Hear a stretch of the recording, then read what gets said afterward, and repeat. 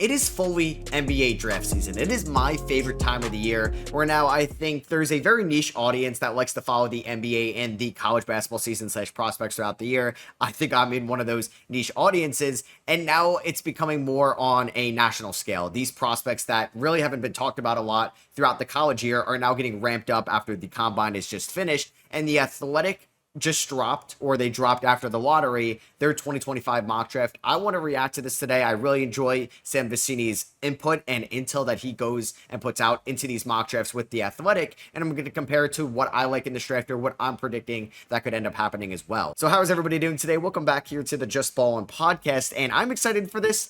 Team needs are taken into account. If I list off a player age, it's of draft day, June 25th. And they also have measurements from the combine. And I've also just kind of started ramping up my draft deep dives, which I've been doing all year long.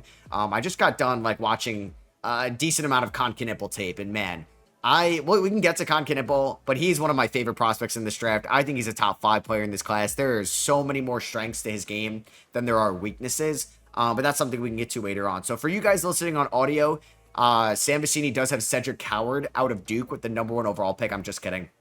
It is Cooper Flagg going #1 overall. I do wonder where he's going to have Cedric Coward in all this, because he's had a meteoric rise of draft boards as of late. But yeah, Cooper Flagg going #1 overall. As I've been watching a lot of Kon Knueppel, I've also been watching a lot of Cooper Flagg, and you get to watch Come On My Watch and Zion James, and next year Isaiah Evans on that Duke team. And did I even say Tyrese Proctor? They're just stacked, or they were stacked this year. But Cooper Flagg, man, his playmaking and his ability to be the ball handler in the pick and roll, and even the man that can set the screen, it's incredible. It is absolutely incredible. And being able to just do all of that at his size, he tested out well at the combine, and the defensive playmaking, to be honest with you, I think he could be their point guard or run a little bit of the offense until Kyrie gets back in February, where I believe Shams said he is targeting that return, because Flagg can initiate. He really can, and he's going to get the respect right away and the attention of opposing defenses. Now, I'm intrigued to see how Lou Dort guards Cooper Flagg, or OG Anunoby, or Drew Holiday. Those defenders are not on display in college basketball, and Cooper Flagg is going to be 18 years old at the start of next year's season. He's going to be younger than what LeBron James was, which is kind of incredible, because LeBron was coming out of high school, Cooper Flagg reclassified, and there's a chance for Cooper Flagg to really make an impact at such a young age in this league. Now, there's going to be some growing pains for sure, but if Dallas is serious about making a run next year, which they should be, given Kyrie and AD's age, I think you want to go through those growing pains in the first half of the year. Putting Cooper Flagg at the 1 is not going to tank your season. And I think you can really see what he could be as a point forward in this league, which I think when we get down Cooper Flagg's career path, he's going to be a point forward one day, because he's got a lot better playmaking than what Zion had at Duke, what Scotty Barnes had at Florida State, and those guys have kind of transitioned into point guards at times in their careers, or even Draymond, right? He's a lot better of a playmaker than Draymond Green ever was coming out of Michigan State. So yeah, Dallas just has an influx of talent. I know that Shams also said that they want to go after a point guard this offseason. I brought up the Malik Monk idea for maybe PJ Washington. I don't know if Sacramento would be willing to do that, but he could be an interesting guy. Might get redundant with Max Christie and Jaden Hardy and those guys there. But I think they can also look at Chris Paul, Dennis Schroeder, heck, even Russell Westbrook in the free agency market, just to bridge the gap. Even Spencer Dinwiddie, I think, could be fine until Kyrie gets back. So no shocker here. Dylan Harper going #2 to the Spurs. Jonathan Givony reported at the combine that they're pretty set on Dylan Harper at 2. They'll listen to offers, but I don't think that they're going to trade out of this pick. They think that Harper could be out there and fit well with De'Aaron Fox and Stephon Castle, the reigning rookie of the year. Now, if there's a Giannis Antetokounmpo trade on the table, everything can change. Maybe Milwaukee's front office falls in love with Dylan Harper, but they would have to love him so much that you're trading away a future Hall of Famer in Giannis Antetokounmpo. If I had to make a guess, I honestly think Giannis is a Buck next year and Dylan Harper is a Spur. If I had to bet on it, I think the odds would be in the favor of that happening. But I think Harper could play out there with Castle and Fox at the same time. He can create with the ball in his hands. He can move well off ball. He can get downhill. He's a lot more talented of a scorer than Stephon Castle is. Not as good of a defender. But to be honest with you, if I had to choose between Castle, already the proven player, or Dylan Harper on who I want to keep, I think I may keep Dylan Harper if it really came down to it. I don't think Spurs fans would really like that, because I know how much they love Stephon Castle, and he was great last year, and they watched him as more than anybody else did. I just wonder, because Giannis and Victor fit so well defensively in that front court. I wonder how it's going to be offensively, because Wemby would be on the perimeter a little bit more. which he did last year. Giannis would be more inside, but the paint would be so cleared up for Giannis. Oh my God, it'd be like Brook Lopez on steroids, like peak Bucks Brook Lopez that Giannis got to play with. It would be in another stratosphere getting to play with Wemby. The looks Giannis would get at the rim would be insane. It might be impossible to guard. So he does have Ace Bailey going number 3 to Philadelphia. Now, this is where I could bring up Con Knipple for the first time.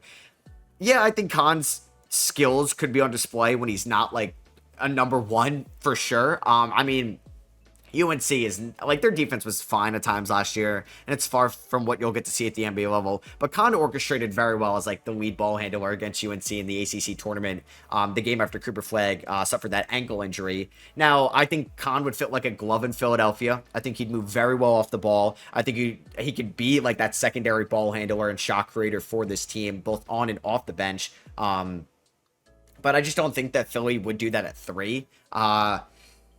I'm still debating between, like, I think it comes down to, like, if Ace Bailey hits a ceiling, that is a top 15 player in the NBA, potentially one day. But that is a big if he's going to hit that ceiling. Does Philadelphia take that chance at number 3? And you hope that you're never picking this high again and you're in the playoffs for years and years after this with, we'll say Ace for this, Maxey, McCain, Embiid, George, Edwards, all this talent they have, Grimes that they picked up last year.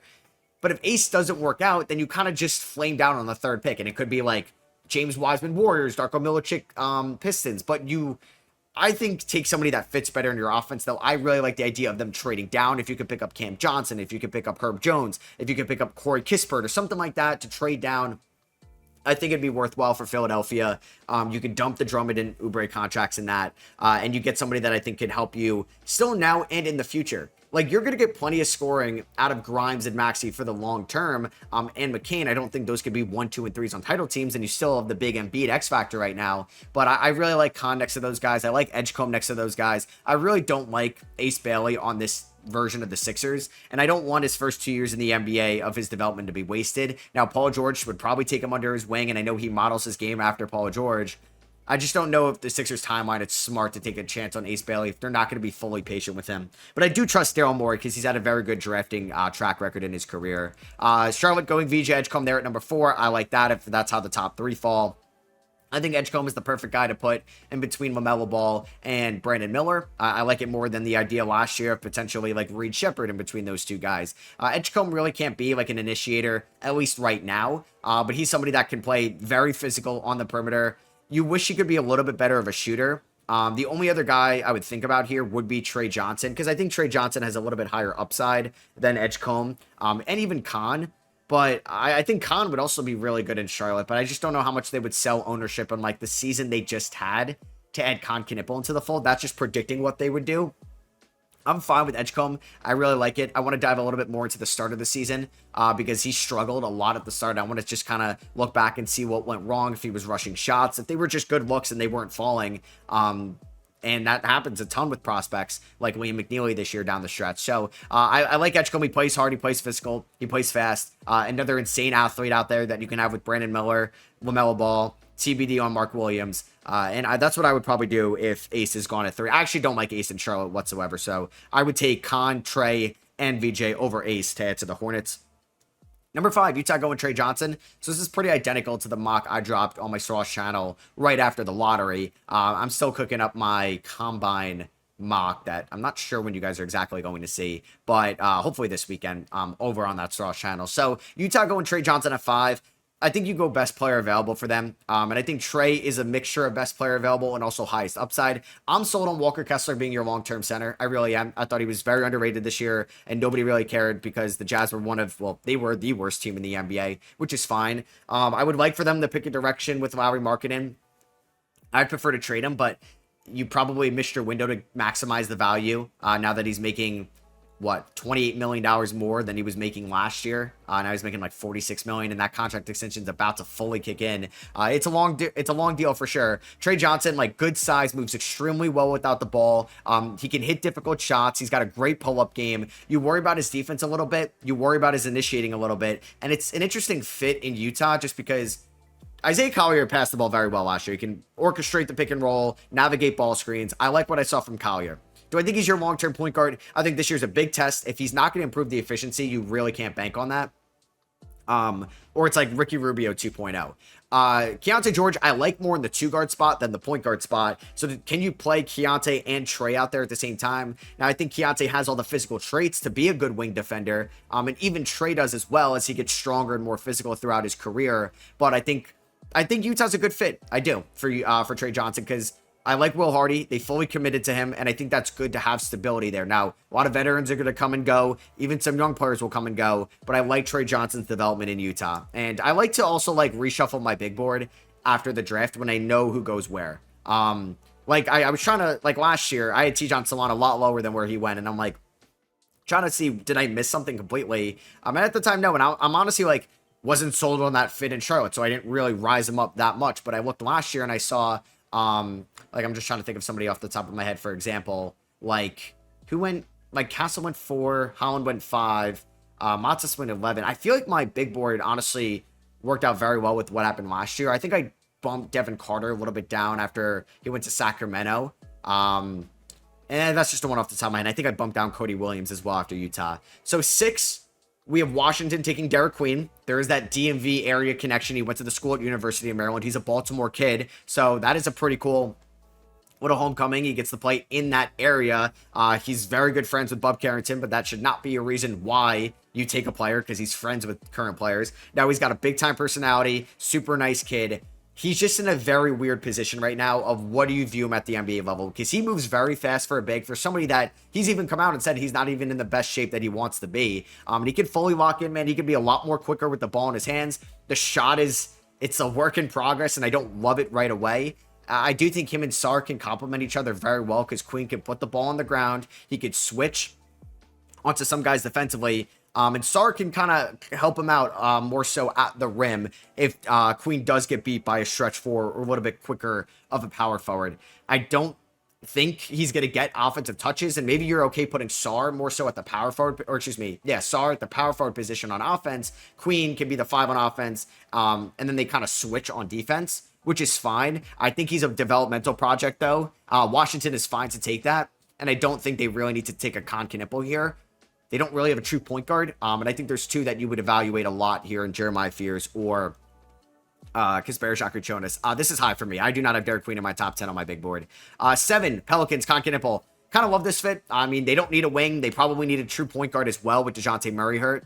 But Con Knipple, man, I think he can run the backup point guard spot in a pinch. If there's an injury or if somebody's in foul trouble, you need Con to bring up the ball. He can get his teammates involved, and I don't know when that's going to come where he's fully comfortable making the right reads at the NBA level, going from the 2nd guy at Duke, the 3rd guy at Duke, to now he's the 6th guy in New Orleans, right? But him and Zion out there, I mean, I think they can have a very good 2-man connection. I think he can have a good, he loved throwing lobs to Kaman. That was a safety blanket for him.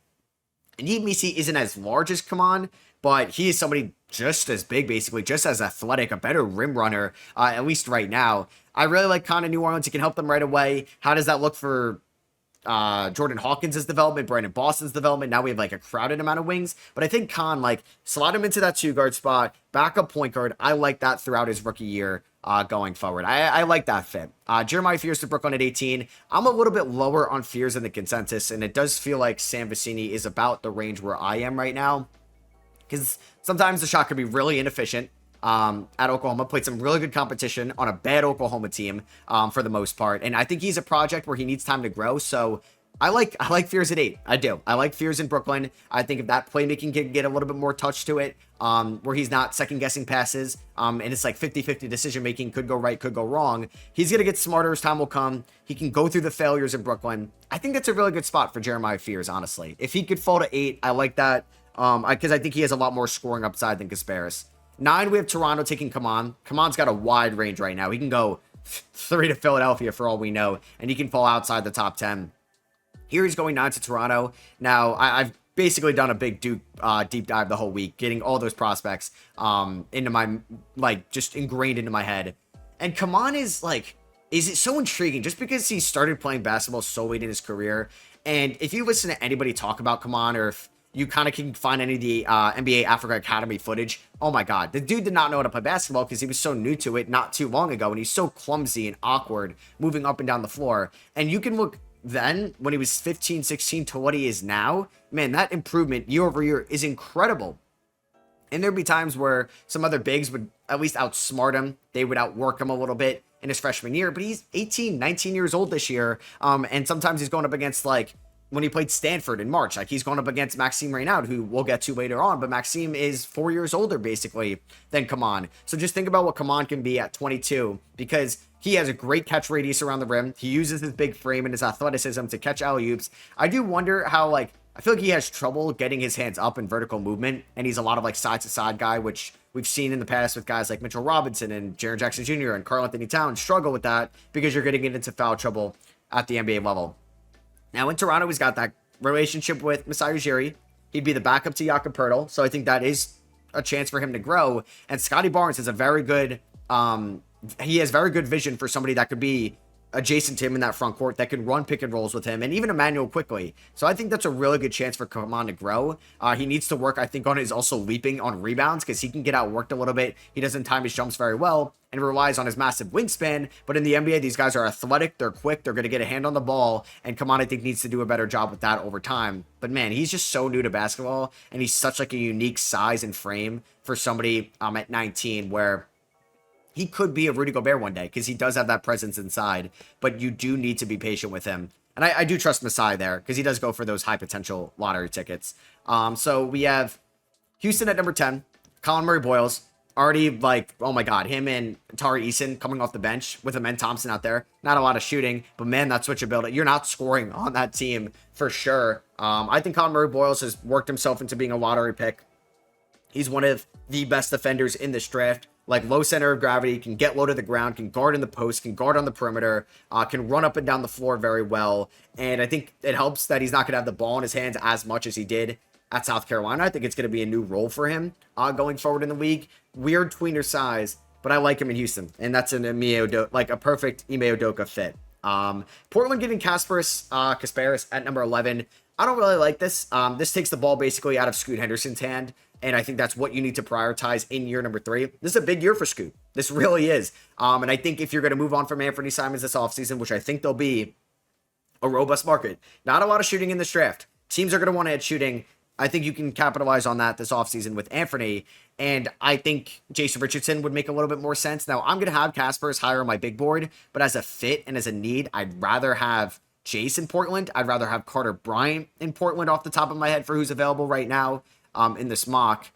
I think that's about it off the top of my head. Like, we'll get to other guys that I may say, I prefer them here, but I don't really like Kasparis here. You're basically, I don't know, like, they could use guard depth for sure. Like, I don't know if Delano Banton's going to be back, and they don't really have another true point guard on the roster, but I think I'd prefer Jace Richardson or Carter Bryant here for that upside going forward.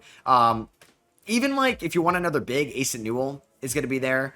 If you like, I mean, Cedric Howard at 11, I think is a reach. I mean, a podcast I was listening to said that there's Cedric Howard top 10 talks, and I don't think that's going to happen. Chicago getting Carter Bryant at 12. Love this for them. This is who they should take if he's on the board here. Him and Matas defensively and offensively could be fun. I think Carter Bryant is going to be a good shooter in his career. It's going to be up and down a little bit in his rookie year because he's going to take a lot more above the break threes than he did at Arizona, rather than being kind of like a corner 3 guy. He's going to have the ball in his hands a lot more, which is exciting. And if they bring back Josh Giddey, this is a great point guard to kind of pinpoint where Carter should be on the floor, because it's going to be a brand new ball game for him, and there's going to be some ups and downs. And I'd like for Chicago to go backwards, but this long term really excites me about his future in Chicago. And we could have Matas, Carter. We'll see what the future of Giddey and White are, and then you maybe have a top pick in the 26th draft. Atlanta going Nolan Traore at 13. Kind of hate this, to be honest with you. I don't think they should prioritize backup point guard that can't shoot at 13. Now, if there's a hint to the front office that, okay, there's a 30% chance Trae Young wants a trade next offseason, okay, we can think about this. That's until I don't have it and I don't know. But Traore does give you size. He does give you ball handling ability, but I don't think you can really play him out there with Trae Young. And what's the point of that when you have a lottery pick that you got in the Kevin Huerter trade? Even when Traore hits his peak, I don't really think so. He's a little bit taller than Trae. I think there's better fits here. I would like them taking a chance on Thomas Sorber at 13. I think Asa Newell could be an elite lob threat with Trae Young in Atlanta. I like Rasheer Fleming's defensive athleticism. I like Nick Clifford over there in Atlanta. If you want to bank long-term upside, Noah Essengay could be potentially a fit here to Atlanta. And if you want to go guard, I would go Jace Richardson. I know he's a little bit on the smaller side, and you can't play him out there with Trae Young. I totally get that. But hey, I think Jace Richardson is a very safe shooter in this draft. So we have Noah Essengay going to the Spurs at 14. I mean, just another Spur French connection right there. A ton of French players in this draft. We'll get to a couple more later on. Essengay, a little bit better of shooting splits towards the end of the Germany season at Ratio Farm. He goes ahead of Ben Seraph in this mock, who I think Sam really likes. I could be wrong. Maybe I'm wrong on that. Like, I don't want to, don't quote me on that. But Essengay, I think, has really good long-term defensive potential. They don't really need to take a starter out of the gate here at 14. I would like Sorber. You can let him fully rehab off that injury he had this year at Georgetown, and then could be like Zach Collins' minutes replacement down the line. It can maybe be out there with Wemby at time to time. I think Essengay is fine, though. I think you're getting Dylan Harper too. I would prioritize a wing here, and I'm fine with Essengay with Carter Bryant off the board. All right, so 15, we have the Oklahoma City Thunder getting Danny Wolf. I love this fit. I really do. I think Danny Wolf is like a very awkward player in this draft because he's not going to be a great rim protector. He's not going to be able to guard guys on the perimeter, but his offensive game, like, he could throw lobs to Isaiah Hartenstein at a very efficient rate. He could throw lobs to Chet Holmgren and vice versa. The shooting mechanics are very awkward. I think he shot around 34%. It was either at Yale last year or he shot, I don't know if he mentions it here, but he shot like mid-30s this year at Michigan. Very crafty player at Yale last year, and I've been able to watch a little bit more of the Yale tape, and he has improved year over year. Now he did it in like Dusty May's offense and one of the best teams in the Big Ten this year. And I think like Jay Will could be a free agent down the line with Chet and J-Dub presumably getting rookie maxes this offseason and Shea getting a super max. You probably can't pay Hartenstein the third year of that deal because next year he's making like $28 million. And maybe it's a sign and trade or a pickup and trade in year 3. But I think Wolf can at least give you some big man minutes down the line if you're not going to bring back Jay Will eventually. And Ousmane Dieng never really develops into a center. So I like that a lot if OKC makes both their picks. Orlando getting Nick Clifford at 16. Okay, to start off, I think like Orlando is a fascinating team in this draft because I think they really need to hit on these two picks. I like Nick Clifford. He's a good shooter. He improved his shot over the course of this year at Colorado State. On the older side, I think more athletic and bouncy and elusive than what Tristan da Silva was at Colorado. And they got to play, I think, they overlapped at Colorado, Nick Clifford and Tristan da Silva. So maybe they got a connection over there. Good free throw shooter, incredible rebounder. And I think actually like, maybe isn't a major need in Orlando, like his style of play, or style of play, but I think he fits the style of play so well just because he's somebody that's super physical, can guard multiple positions, can switch on that end of the floor, and just can be like that new style of Orlando Magic basketball that kind of gave the Boston Celtics some trouble in round 1. 17, Minnesota getting Thomas Sorber. I mean, I don't think this team is going to find the point guard they want at 17. He does have Jace Richardson not going here. I don't know if Yegor Demon is really the best fit in the world, or Ben Seraph. So they go, or he has them going Thomas Sorber, 6'9" big. I think he's a little closer to 6'10", basically kind of the same. Very long wingspan, though. The wingspan was great. I don't think he... so I think this was right after the lottery, so there's another combine measurements. But either way, I do think... Thomas Sorber can be a good rim protector in the NBA and probably is the second best rim protecting potential outside of like, I think Kaman Maluach. I think he's going to be a lot better of a defender than Derek Queen, but I don't really think that's a hot take. You have Rudy Gobert next year, but I think he gives you some stability with the backup, and you may lose Naz Reid or Randall. We'll see. But I wonder if they would also target like Cedric Coward or Nick Clifford here at 17 because they may end up losing Nah. And that's probably more likely this offseason because Nah hasn't also played well in the playoffs. Yegor Demon to the Wizards at 18. So if they don't go guard earlier, which I mentioned they could, I like Yegor here. I think you're just taking a chance and a risk on the traits and the tools there. Like 6'8", 6'9". I think he measured in like 6'9" without shoes or close to 6'10". Solid wingspan, very quick with the ball in his hands for somebody at his size. The shooting splits were abysmal last year. And his out-of-conference schedule was a cakewalk, and that's when he looked the best. There were some moments on the stretch in Big 12 play and in the tournament. I think Washington would be a great place to go. He's got some great athletes like Alex Sarr and Bilal Coulibaly to get the ball to. And I think they don't really have a lot of guys that would be competing with the starting point guard minutes. The Nets getting Asa Newell at 19, in my opinion, is an absolute steal. I think he, like Jeremiah Fears and Asa Newell, they could develop such a good connection over there. If he falls to 19, I would take him. I think he's better than the 19th best player in this draft, though. I think Jace Richardson's a top 15 player in the draft. I know. Oh man, I know he's 6 foot without shoes. I get that. But I just think he's such a crafty, smart player with the ball in his hands that it's not going to be the end of the world that he's 6 foot without shoes. Like 6'1" with shoes, he's not going to be a great defender. I mean, him in Miami's phenomenal. If he falls that low, I would love that for Miami because he's still young, son of an NBA legend. He's very smart, and he didn't really get like a super high usage until the end of the year of Michigan State play. You throw him in the backcourt with Davion Mitchell, or you give him like Hayward Highsmith next to him off the bench, or Pele Larson, some alright defenders. I think you can really hide his defensive deficiencies going forward. I'm not saying he's gonna. I mean, like, yeah, like he's not gonna be able to guard Shea or any of these guys. There's some point guards he could go and guard. Darren Fox may get by him a lot, but I do think Jason Richardson can really be a good offensive player, and that's what Miami needs. Utah gets pretty good value here. Liam McNeely at number 21. This is their second pick here. They took Trey Johnson earlier, Liam McNeely here, so we're getting some good shooters. Now, you just really have to bank on McNeely's end of the season stretch was just maybe he was tired, overused in UConn. Didn't really prioritize shooting as much as he did defense and becoming more of like a downhill scorer. He had that injury in January, but somebody that's supposed to be like a top 5 shooter in this class could not shoot down the stretch. And like the looks were fine. The looks were fine. So I think McNeely's a big risk a little bit in this first round because if he can't shoot, I don't think he's going to have much value in this league. But you just hope you trust your development staff. You trust the patience, you trust the process, basically, no pun intended. And Lee McNeely can be a good shooter and a 3D asset for you down the line. So here we go, Cedric Howard, 22. He says that it's his bet for his first, this year's riser into the first round. I mean, Coward could be a lottery pick, only played 6 games last year, but he's a freak athlete, super good measurables, could be a good 3-point shooter, switchable defender, and has a very good ball handle as well. There's going to be some physical comps to Kawhi Leonard. I don't think he is Kawhi Leonard. I wish we got to see him more at Washington State. And he is a little bit on the older side because he did come from like a D3 background. And he's committed to Duke. So it's not like he's committed to a school like Washington State, which is a respectable program. But Duke is it's a completely different game. So he's going to have a tough decision to make. Berenger to the Pacers at 23. If Sorber's off the board, I could see this. I think they'd prioritize a defensive big to learn from Miles Turner than going Maxime Reynaud. Even though I do have Reynaud ahead of Berenger, I could see like this in more so a predictive mock. Thunder going Noah Penda at 24.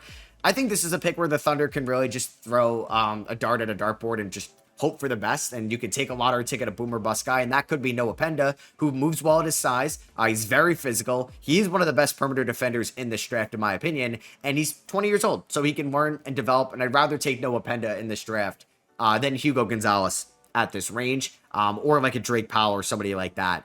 So Walter Clayton, 25 to the Magic. I think you'd be happy with Walter Clayton and Nick Clifford in this draft. I think Walter Clayton could go higher. I would be very shocked if he went ahead of Jace Richardson.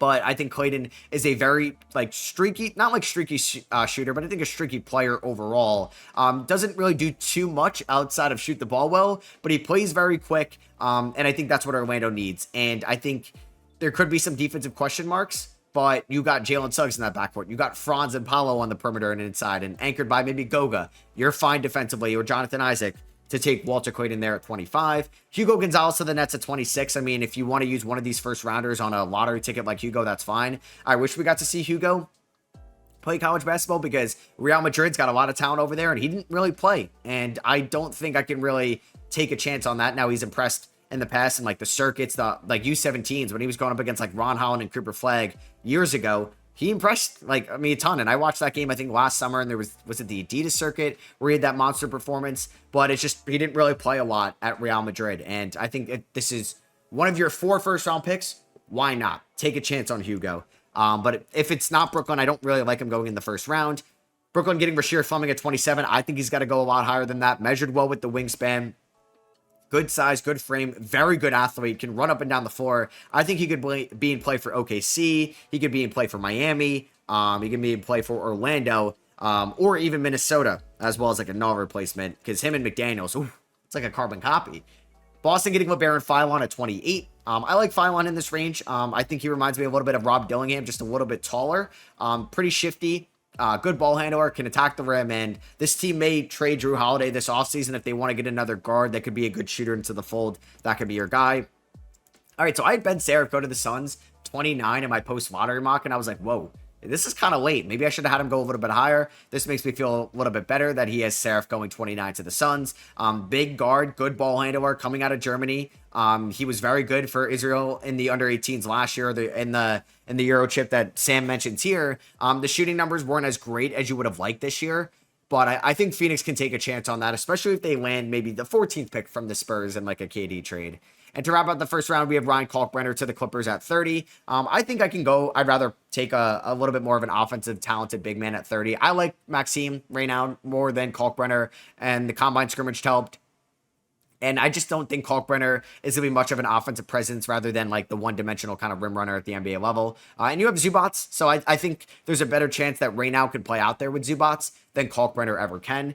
He does have second-round picks, so we'll go through these a little bit quicker. Will Riley, if Will Riley's going 31, he should have went back to college. But he's not European, so I don't know if Brad Underwood would have wanted him. Combine standout Tahad Pettiford going 32 to the Boston Celtics. Do we want to have Tahad Pettiford and LeBaron File on both to Boston? I kind of disagree with that, with some big man on the board. Yaxel Lindenberg falling all the way to 33 to Charlotte. Yaxel's got a really cool story. Jonathan Gavoni was saying this on Kevin O'Connor's podcast.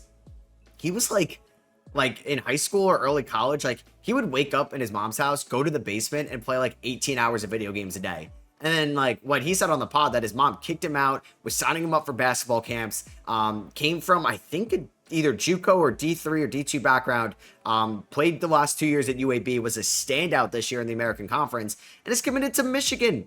Michigan, that's a top tier prestigious program. If he's going 33, and I think that's like what he's debating, like if he can get a guarantee of promise that I'm going first round, kind of like Deron Holmes last year, I'll go into the draft. But if not, I don't want, there's a chance I fall to 40, 45 when I'm going to make a lot more money at Michigan. Charlotte, love Charlotte going more NBA ready in this draft. In VJ Edgecombe, Yaxel Lindenberg at 33 in this mock, and 34 Cam Jones. Love that. Janai Broom to Philly at 35. I'd rather have Maxime Reynaud. I'd probably rather take a chance on Han-Sun Yang as your backup center to Embiid. Drake Powell at 36 to the Nets. I like a lot of other guys above Drake Powell that he has going after. Drake Powell's a big project. He really is. I thought he should have stayed another year at UNC. But Brooklyn, good spot. But he's going to be competing with some other rookies, which may not work in his favor. Detroit going Proctor at 37. I like that. And then you can maybe feel okay trading Marcus Sasser this offseason. Spurs getting perimeter defense with a Adu Thero. Like that. Darian Williams to Toronto at 39. A little bit lower on Darian Williams. Honestly, I do not have a top 40 grade on him. Mouse Uzan at 40. Around that range. Don't mind that for Washington. Good defensive guard. John Tonje. Good size. Physical wing to Golden State at 41, who doesn't own their first round pick in this year's draft. I don't really like him going to Golden State there at 41. I would really like Tyrese Proctor. I would even take a chance on like Ryan Nembhard there. 42 Sacramento going Maxime Reynaud. I like that. I think that's really good value. Alex Tui to the Jazz at 43. Fine with me. Markovic to the Thunder at 44. Why not, right? Take like Michael Ruzic, Markovic, one of those guys. Still got to really do a deep dive more into them. Rocco Zikarsky to the Bulls at 45. Hey, Carter Bryant and Zikarsky in this draft. I like that. Micah Peavy. I had him as like a sleeper at one point, middle of the year, with like him, Max Shulga, Cedric Howard, and those guys, and Elijah Martin. I think that's another good fit and fits the style of play over there in Orlando. I'd be pissed as a Knicks fan if Zion James goes 47 to the Bucks. Great pick by the Bucks. I want him on my Knicks. Cavs going Dink Pate at 48. Some other guys I like a little bit better, but I think he still has room to grow in this league. Chaz Lanier, very good traits, good physicals. Going to the Knicks at 49. I like that. They need guys that can play defense. Han-Sun Yang going to the Grizzlies at 50. I like Han-Sun Yang. Yannick Niedenhauser from Penn State, a big riser throughout the G League Ignite camp, gets called up to the Combine, played fairly well in the scrimmages. So he doesn't have Alex Condon this high. Interesting. Maybe he doesn't have... Did I miss Condon? I don't think I missed Alex Condon. Okay, so did he think Condon's going back to school? But there's a lot of other guys that are... I'm now like wondering if I missed a pick here. McNeely at 21. No way he's got Condon in the top 18. Okay, interesting. So he does not have Alex Condon with a top 60 grade, because we got Shulga to the Jazz at 52. I like that. Suns, Elijah Martin at 53. Love that. Kobe Bryant at 54. I'd like him to my Knicks. Ethan Almanza, 55 to the Lakers. Hunter Salas, 56 to the Grizzlies. Ryan Nembhard, love that to the Magic at 57. Vlad Golden to the Cavs at 58. And Amari Williams to the Rockets at 59. No mention about Alex Condon. Interesting. Okay. I'm kind of shocked with that. I have liked Maxime right now over that tier. Like he's my fourth ranked big man in this draft, outside of Command 1, Queen 2, Sorber 3. And then I think it's Reynow 4, probably Danny Wolf 5, and then Behringer 6. But we'll finalize that as we get closer to the draft process. So yeah, that is going to be for me. Hope you guys did enjoy this episode of the Just Ballin podcast. If you did, I'd appreciate you leaving a like on YouTube. Let me know what you guys think down below in the YouTube comments. And if you're listening on audio on Apple Podcasts or Spotify, really appreciate a rating and review over there. And I'll catch you guys in the next one. Peace.